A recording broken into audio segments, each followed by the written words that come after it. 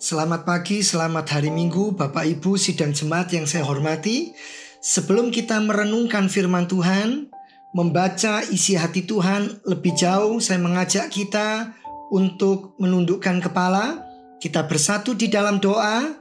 Bapa di sorga, dalam nama Tuhan Yesus, puji, hormat, sembah, ucapan syukur hanya kepada Tuhan, Allah yang segala-galanya bagi kami, pencipta langit bumi dan segala isinya, berlimpah anugerah dan kemurahan.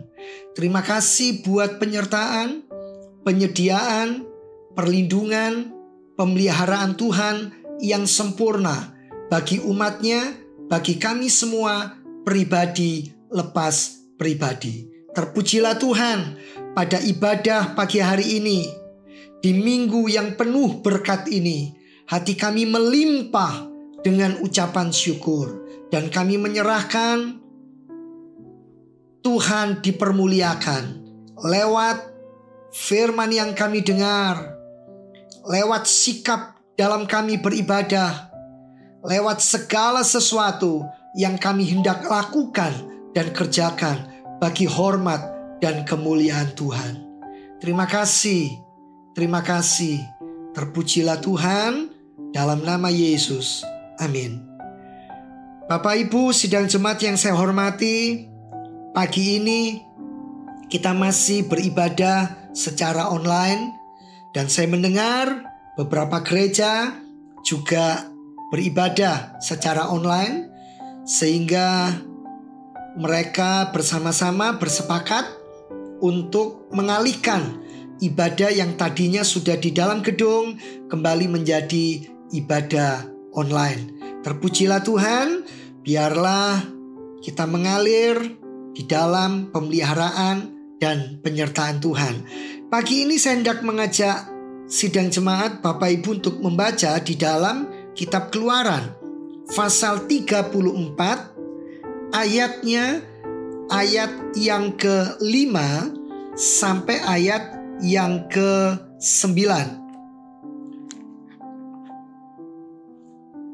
Keluaran 34 ayat 5 sampai yang ke-9, yang berbunyi demikian. Turunlah Tuhan dalam awan, lalu berdiri di sana dekat Musa serta menyerukan nama Tuhan.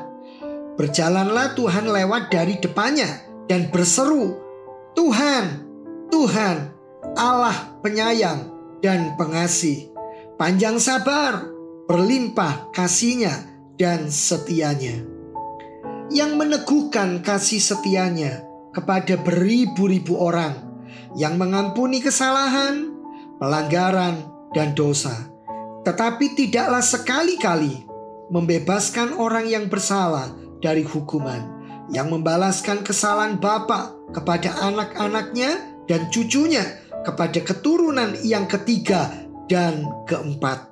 Segeralah Musa berlutut ke tanah, lalu sujud menyembah, serta berkata, jika aku telah mendapat kasih karunia di hadapanmu, ya Tuhan, berjalanlah kiranya Tuhan di tengah-tengah kami, sekalipun bangsa ini suatu bangsa yang tegar tengkuk, tetapi ampunilah kesalahan dan dosa kami, ambillah kami menjadi milik-Mu. Kalau kita memperhatikan ayat ini, saya sungguh takjub akan Tuhan. Ada ungkapan nama, ungkapan atribut tentang Tuhan yang Tuhan serukan sendiri, Tuhan teriakkan sendiri dengan sedemikian di depan hambanya yang bernama Musa. Saudara, latar belakang apa yang terjadi dengan Musa dalam ayat 5 sampai ayat yang ke-9 tidak terlepas dari ayat 1 sampai ayat yang ke-4. Coba kita akan melihat Tuhan yang begitu agung, Tuhan yang begitu mulia, Dia maha dalam segala-galanya. Dikatakan turun dalam awan, lalu berdiri di dekat Musa dan menyerukan namanya sendiri.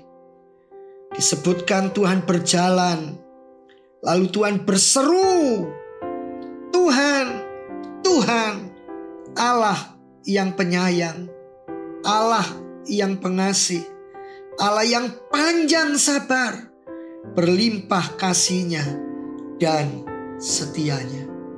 Saudara, ungkapan seruan di mana Tuhan sampai sedemikian menyerukan namanya sendiri buat saya secara pribadi.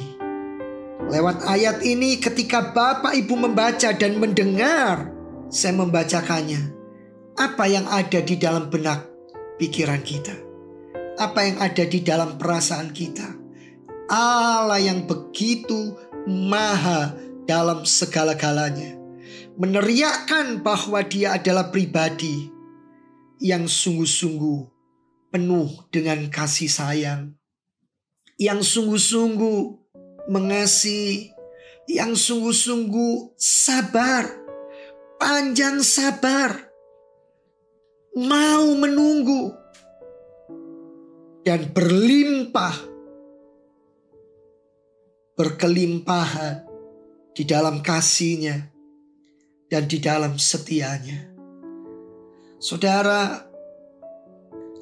Allah ingin menunjukkan kepada saudara dan saya, kepada sidang jemaat, kepada umat Tuhan yang hari-hari ini di seluruh belahan dunia ini yang sedang menghadapi pergumulan, menghadapi badai hidup, bahwa Allah adalah Allah yang tidak pernah berubah.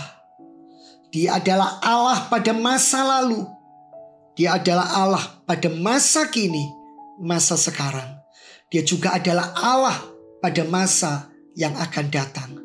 Allah yang tetap sama, Allah yang tetap penyayang, Allah yang tetap pengasih, Allah yang panjang sabar, Allah yang sabar menunggu Bapak Ibu dan saya.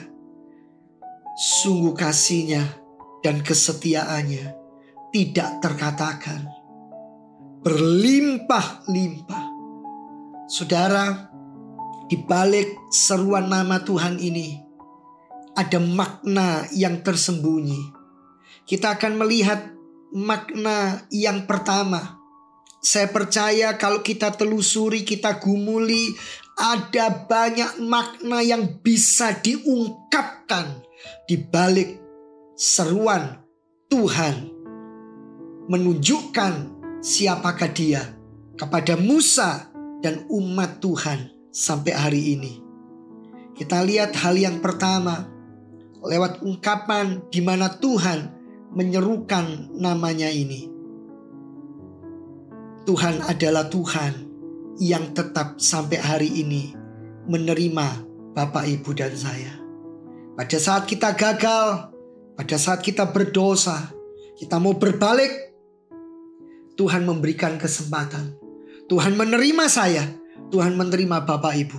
Tuhan memeluk kita dan Tuhan akan mendorong kita, memotivasi kita, menggerakkan kita supaya kita hidup di dalam kebenaran. Kita lihat latar belakang Keluaran 34 ayat 5 ini. Kita akan baca ayat 1 sampai ayat yang keempat. Berfirmanlah Tuhan kepada Musa, pahatlah 2 loh batu sama dengan yang mula-mula. Maka aku akan menulis pada loh batu, pada loh itu, segala firman yang ada pada loh yang mula-mula, yang telah kau pecahkan. Bersiaplah menjelang pagi, dan naiklah pada waktu pagi ke atas gunung Sinai. Berdirilah di sana menghadap aku di puncak gunung itu. Tetapi janganlah ada seorang pun yang naik bersama-sama dengan engkau, dan juga seorang pun tidak boleh kelihatan di seluruh gunung itu. Bahkan kambing domba dan lembu sapi pun tidak boleh makan rumput di sekitar gunung itu. Lalu Musa memahat 2 loh batu sama dengan yang mula-mula. Bangunlah ia pagi-pagi dan naiklah ia ke atas gunung Sinai seperti yang diperintahkan Tuhan kepadanya, dan membawa kedua loh batu itu di tangannya. Saudara, harusnya kita membaca untuk lebih jelasnya lagi di dalam Keluaran pasal yang sebelumnya. Mengapa sampai Tuhan memerintahkan Musa untuk menyiapkan dua loh batu yang sama dengan yang mula-mula? Karena yang mula-mula dipecahkan. Mengapa? Karena dosa orang Israel. Coba kita akan melihat di dalam Keluaran 32. Kita lihat ya, ayat 1. Ketika bangsa itu melihat bahwa Musa mengundur-undurkan turun dari gunung itu, maka berkumpullah mereka mengerumuni Harun dan berkata kepadanya, "Mari, buatlah untuk kami Allah yang akan berjalan di depan kami. Sebab Musa ini orang yang telah memimpin kami keluar dari tanah Mesir. Kami tidak tahu apa yang telah terjadi dengan dia." Lalu berkatalah Harun kepada mereka, "Tanggalkanlah anting-anting emas yang ada pada telinga istrimu, anakmu laki-laki dan perempuan, dan bawalah semuanya kepadaku." Lalu seluruh bangsa itu menanggalkan anting-anting emas yang ada pada telinga mereka dan membawanya kepada Harun. Diterimanya itu dari tangan mereka, dibentuknya dengan pahat, dan dibuatnyalah daripadanya anak lembu tuangan. Kemudian berkatalah mereka, "Hai Israel, inilah Allahmu yang telah menuntun engkau keluar dari tanah Mesir." Ketika Harun melihat itu, didirikannya mezbah di depan anak lembu itu. Berserulah Harun, katanya, "Besok hari raya bagi Tuhan."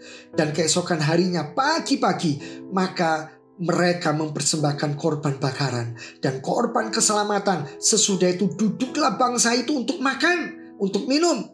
Kemudian bangunlah mereka dan bersukaria. Saudara, bayangkan ini. Ini peristiwa yang sangat mengerikan dalam sejarah bangsa Israel, dalam kehidupan umat Tuhan, dalam pengiringannya akan Tuhan. Allah yang membebaskan mereka, Allah yang melepaskan mereka, dilupakan dengan begitu saja. Lalu ayat yang ke-7, mari kita baca. Berfirmanlah Tuhan kepada Musa, "Pergilah, turunlah, sebab bangsamu yang kau pimpin keluar dari tanah Mesir telah rusak lakunya." Ini menduka citakan hati Allah. Lalu ayat yang ke-8, segera juga mereka menyimpang dari jalan yang kuperintahkan kepada mereka. Mereka telah membuat anak lembu tuangan, dan kepadanya mereka sujud menyembah dan mempersembahkan korban sambil berkata, "Hai Israel, inilah Allahmu, Allahmu yang telah menuntun engkau keluar dari tanah Mesir." Lagi firman Tuhan kepada Musa, "Telah kulihat bangsa ini, dan sesungguhnya mereka adalah suatu bangsa yang tegar tengkuk. Oleh sebab itu biarkanlah aku supaya murkaku bangkit terhadap mereka, dan aku akan membinasakan mereka. Tetapi engkau akan kubuat menjadi bangsa yang besar." Lalu Musa mencoba melunakkan hati Tuhan Allahnya dengan berkata, "Mengapakah Tuhan murkamu bangkit terhadap umatmu yang telah kau bawa keluar dari tanah Mesir dengan kekuatan yang besar dan dengan tangan yang kuat? Mengapakah orang Mesir akan berkata, dia membawa mereka keluar dengan maksud menimpakan malapetaka kepada mereka dan membunuh mereka di gunung dan membinasakannya dari muka bumi? Berbaliklah dari murkamu yang bernyala-nyala itu dan menyesallah karena malapetaka yang hendak kau datangkan kepada umatmu. Ingatlah kepada Abraham, Ishak dan Israel, hamba-hambamu itu, sebab kepada mereka engkau telah bersumpah demi dirimu sendiri dengan berfirman kepada mereka, aku akan membuat keturunanmu sebanyak bintang di langit, dan seluruh negeri yang telah kujanjikan ini akan kuberikan kepada keturunanmu supaya dimilikinya untuk selama-lamanya." Saudara, dan ayat 14, akhirnya ayat ini berkata, Tuhan memposisikan diri seolah-olah Tuhan memiliki perasaan dan pengertian seperti yang sering terjadi di antara kita.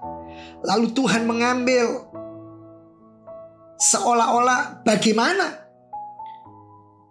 hati, pikiran seorang manusia. Dan Allah berkata, menyesallah Tuhan karena malapetaka yang dirancangkannya atas umatnya. Saudara, baca lagi nanti ayat-ayat seterusnya. Dan akhirnya Allah yang begitu geram dan murka kepada Israel umatnya menjadi Allah yang begitu berbalik dan mau melepaskan anugerah pengampunan. Karena itu ungkapan ketika Allah berseru dan berteriak, Dia adalah Allah yang penyayang dan pengasih. Dia adalah Allah yang panjang sabar dan berlimpah kasih-Nya dan setia-Nya. Ditunjukkan dan diberikan kepada gerejanya sampai hari ini. Ketika saudara dan saya pernah merasa gagal di dalam hidup ini, pernah berbuat dosa dan kesalahan yang mungkin bahkan orang lain memvonis dan tidak pernah mengampuni saudara. Bahkan ada orang-orang tertentu yang tidak bisa mengampuni dirinya sendiri.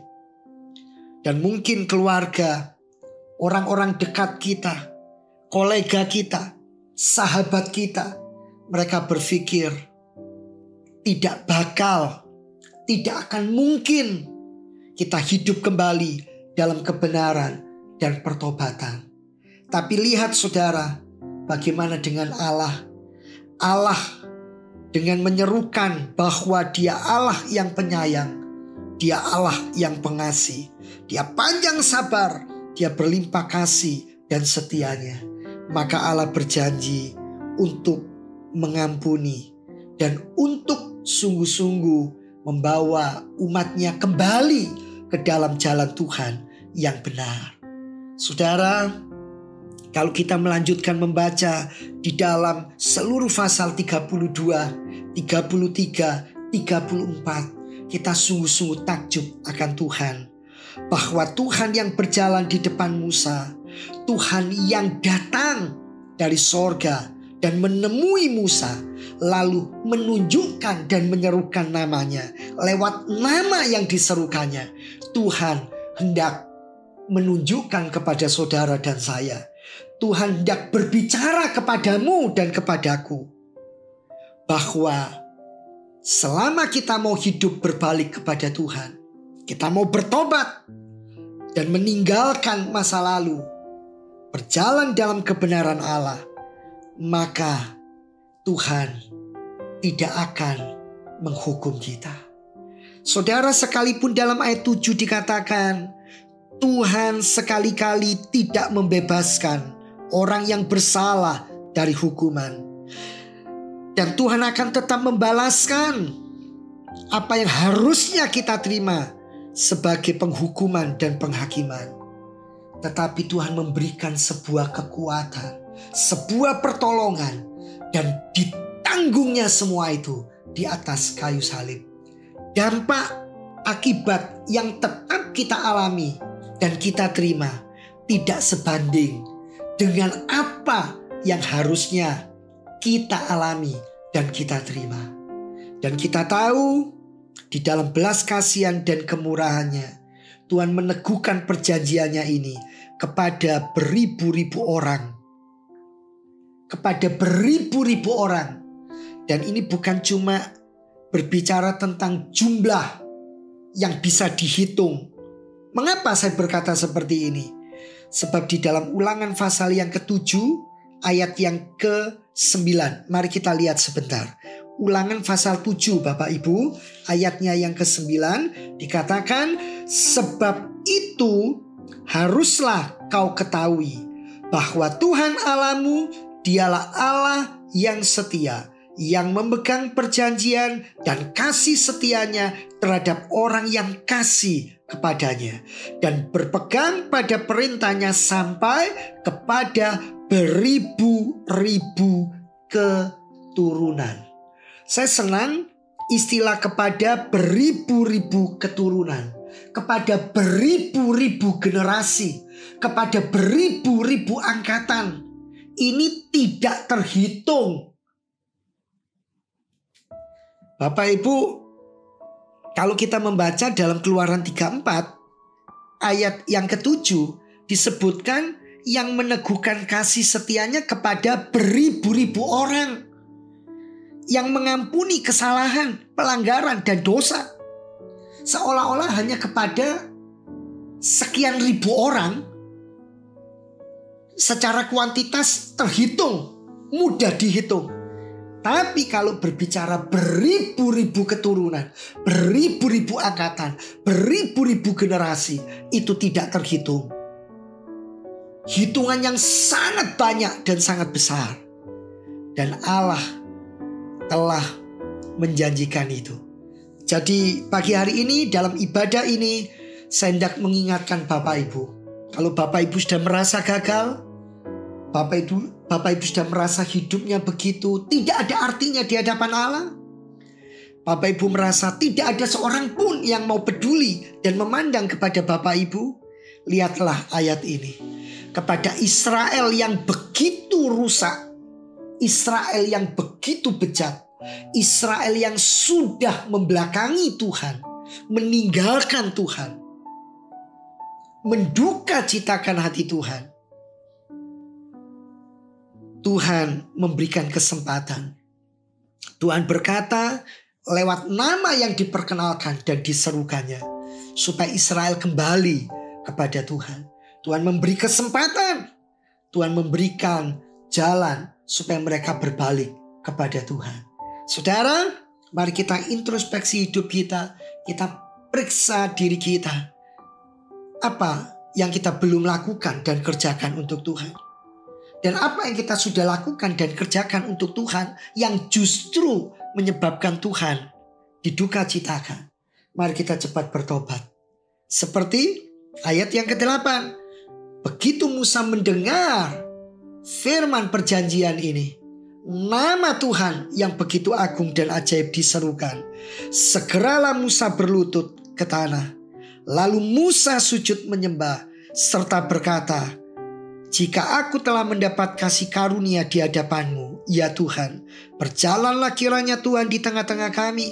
Sekalipun bangsa ini suatu bangsa yang tegar tengkuk, tetapi ampunilah kesalahan dan dosa kami. Ambillah kami menjadi milik-Mu. Saudara, ketika saudara berbalik kepada Tuhan, saudara tidak lari meninggalkan Tuhan dan membelakangi Tuhan. Sebesar apapun dosamu, ketika saudara sadar dan saudara membutuhkan Tuhan, hanya Tuhan yang bisa menerima dan memeluk saudara, maka Tuhan melepaskan kasih karunia-Nya. Dan saudara akan melihat orang lain, pada akhirnya gereja, hamba-hamba Allah pasti akan menerima. Karena Allah pencipta langit bumi yang maha dalam segala-galanya menerima kedatangan saudara. Barang siapa yang datang kepada Tuhan dengan segenap hati, dengan penuh kesungguhan dalam pertobatan dan kebenaran, tidak akan dan tidak pernah ditolaknya. Kasih Tuhan untuk saudara dan saya selalu baru, setiap hari, setiap pagi. Dan saudara, kita mau belajar seperti Kristus, seperti Tuhan yang begitu agung dan mulia.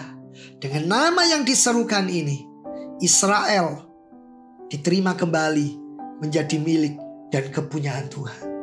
Dan sekarang saya mengingatkan Bapak Ibu dan sidang jemaat dan saudara semuanya, mari kita mau berlomba-lomba, mau belajar hidup dalam kebenaran Allah sampai sedemikian rupa.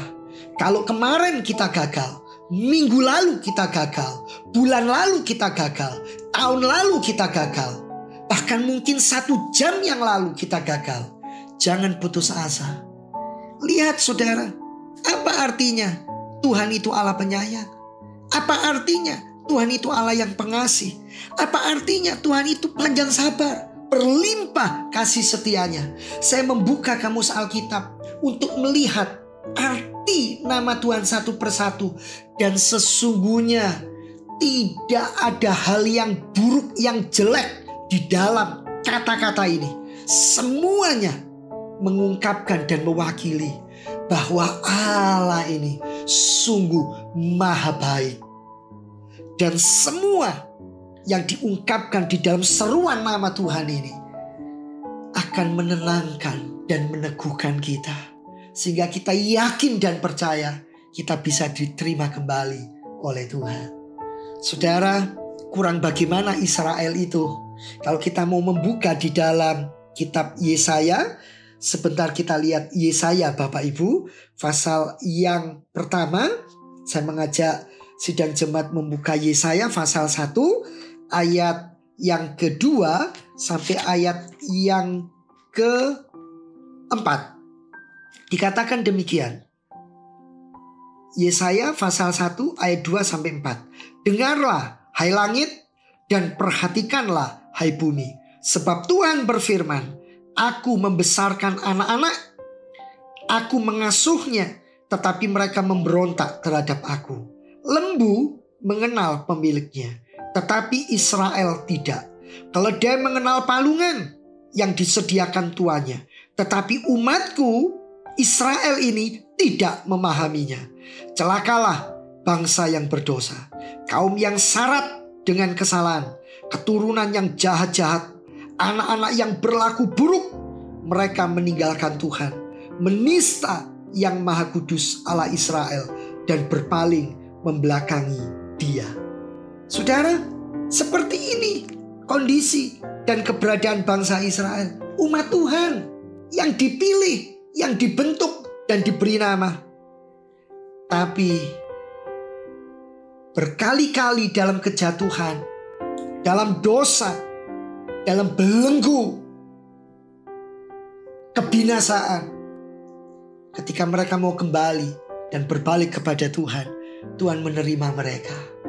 Saudara, jangan ada di antara kita yang tidak bisa mengampuni diri sendiri, tidak bisa memiliki penerimaan. Percayalah, lewat ungkapan nama Tuhan ini, yang pertama saya belajar bahwa di balik kegagalan, di balik dosa, di balik segala perbuatan jahat kita, Tuhan menanti, Tuhan menunggu, dan Tuhan akan menerima kita. Segeralah berbalik. Berlututlah, rendahkan diri, datanglah kepada Tuhan, minta pengampunan, dan jangan berbuat dosa lagi. Dia Allah yang menghargai saudara, Dia Allah yang mengasihi engkau. Lalu saya sudah sampaikan bahwa ungkapan seruan nama Tuhan ini mengandung banyak arti, ada banyak makna di dalamnya.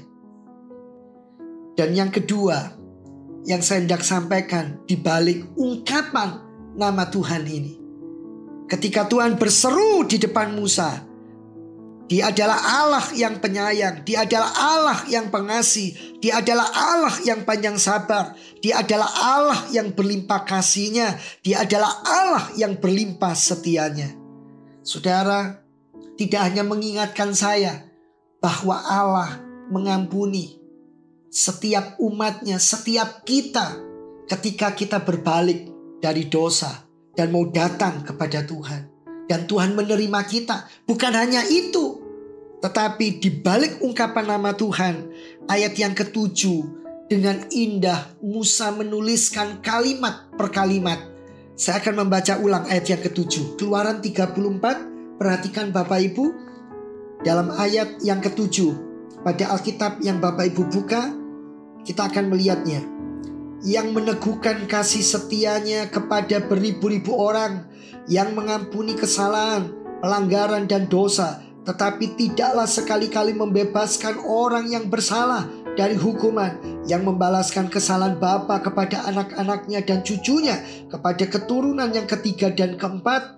Segeralah Musa berlutut ke tanah lalu sujud menyembah. Perhatikan ayat yang ke-9, serta berkata, jika aku telah mendapat kasih karunia di hadapan-Mu, ya Tuhan. Ketika pengampunan itu kita sudah menerima, keselamatan penebusan itu terjadi dalam hidup kita, di balik Tuhan menyerukan namanya yang sedemikian itu. Percayalah Bapak Ibu, seperti Musa berkata, ya Tuhan, berjalanlah kiranya Tuhan di tengah-tengah kami. Sekalipun bangsa ini suatu bangsa yang tegar tengkuk, tetapi ampunilah kesalahan dan dosa kami, ambillah kami menjadi milik-Mu. Berjalanlah di tengah-tengah kami. Ini sangat syarat dengan pengertian, dan ini memiliki arti ada pemeliharaan, ada penyertaan, ada perlindungan Tuhan bagi saudara, bagi saya, bagi gerejanya, bagi umat Tuhan di seluruh belahan dunia ini. Saudara, pandemi yang masih belum selesai ini membuat banyak orang memiliki pertanyaan di dalam hidupnya. Belum lagi berita tentang peperangan, melonjaknya harga-harga kebutuhan pokok, kebutuhan hidup sehari-hari, membuat banyak orang ketakutan. Tapi percayalah, ketika Tuhan berseru dan menyerukan namanya sendiri di depan hambanya yang bernama Musa, buat saya ini mengingatkan saya bahwa Tuhan sedang mengingatkan saudara, mengingatkan gerejanya dengan ungkapan nama bahwa Dia adalah Allah yang penyayang dan pengasih, Allah yang panjang sabar, Allah yang berlimpah kasihnya dan setianya. Sekali-kali Allah yang seperti ini tidak pernah meninggalkan saudara dan saya. Tidak meninggalkan keluarga kita, pekerjaan kita, masa depan kita. Dan kita ada di dalam providensia Allah. Kita ada di dalam pemeliharaan Allah secara ajaib dan luar biasa. Percayalah saudara. Seperti halnya seseorang menjaga biji mata yang dimiliki. Saya percaya gambaran ini adalah gambaran yang ingin diungkapkan untuk menunjukkan betapa berharganya bola mata. Betapa berharganya biji mata. Harus dijaga sedemikian rupa. Tapi saudara dan saya, lebih daripada itu. Sebab kita adalah kesayangan Tuhan.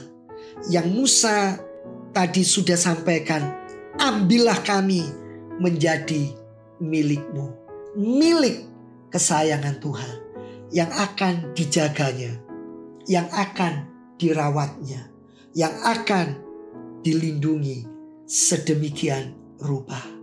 Dan saudara, di sepanjang Alkitab, benang merah berita yang sama, Tuhan sekali-kali tidak akan meninggalkan saudara dan saya.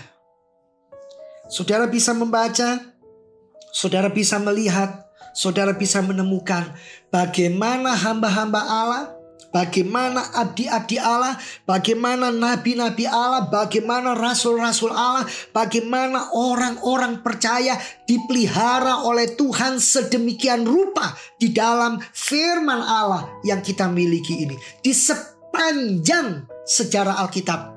Dan di sepanjang kehidupan sejarah umat manusia sampai hari ini kita mendengar kesaksian, cerita bagaimana tangan Tuhan, bagaimana kuasa Tuhan, bagaimana Tuhan menjaga, menopang dan membawa umatnya untuk tetap berjalan di dalam jalan Tuhan yang penuh kemenangan. Saya berkata seperti ini bukan berarti kita tidak pernah kekurangan. Saya berkata seperti ini bukan berarti kita nggak pernah sampai mengalami enggak pernah sampai bingung, takut dan sebagainya. Mungkin karena satu dan lain hal. Karena pergumulan-pergumulan tertentu. Saudara bisa mengalami sebuah penurunan di mana saudara putus asa. Saudara bisa mengalami sebuah penurunan di mana saudara merasa Tuhan begitu jauh. Dan saudara di dalam keadaan tertentu mengalami stagnasi. Dan saudara berkata, kok jadinya seperti ini? Kenapa kok begini? Dan sebagainya dan sebagainya. Itu hanya karena perasaan dan pikiran kita. Tapi sesungguhnya ketika saudara melihat di dalam dimensi alam roh, saudara akan tahu bahwa Dia adalah God with us. Dia tidak akan pernah jauh dari hidupmu. Karena saudara di dalam genggaman tangannya, saudara di dalam hatinya, Dia adalah Allah Immanuel. Dia Allah yang selalu menyertai saudara dan saya. Dalam keadaan saudara senang, dalam keadaan saudara susah, dalam keadaan saudara sehat, dalam keadaan saudara sakit, dalam segala macam kondisi dan situasi. Bahkan ketika saudara berpikir Allah tidak tahu, Allah tidak melihat, itu pikiran saudara. Tapi Allah sangat tahu dan Allah melihat. Saudara, ketika patung lembu emas dibuat, apa Allah tidak tahu? Allah tahu. Makanya Allah memerintahkan Musa. Musa tidak tahu, Bapak Ibu. Sebagai hamba Allah, Musa tidak tahu. Allah itu maha tahu. Allah memerintahkan Musa segera turun dan melihat tingkah laku bangsa Israel. Saudara, Allah yang maha tahu ini, Allah yang mengerti detail kehidupan saudara. Saudara sedang kelimpahan atau kekurangan. Saudara sedang membutuhkan uluran tangan Tuhan, atau saudara harusnya sedang membangun kerajaan Allah dan membagikan berkat untuk pekerjaan Tuhan. Allah tahu, Allah melihat, dan Allah mengerti siapa saudara.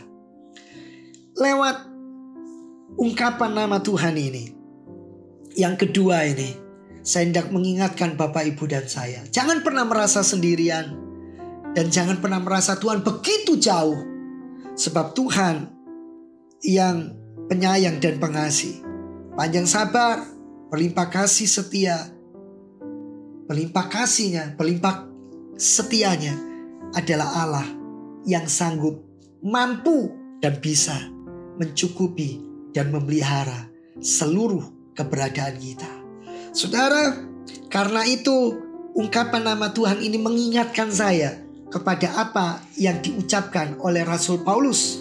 Coba kita akan melihat di dalam kitab Filipi. Kita akan lihat sebentar Bapak Ibu di dalam kitab Filipi untuk mengakhiri renungan atau khotbah pada minggu pagi hari ini. Kita akan melihat di dalam kitab Filipi. Filipi pasalnya yang keempat, ayat 19.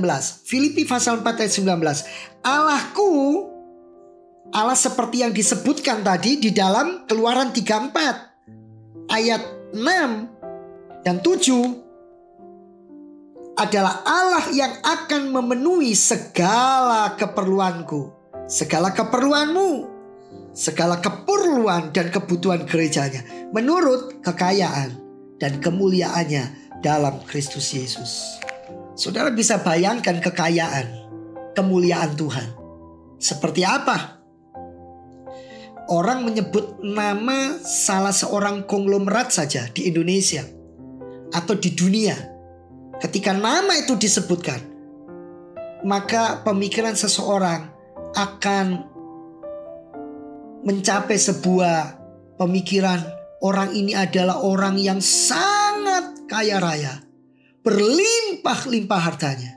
Tapi lihat ini Tuhan, pencipta langit bumi dan segala isinya.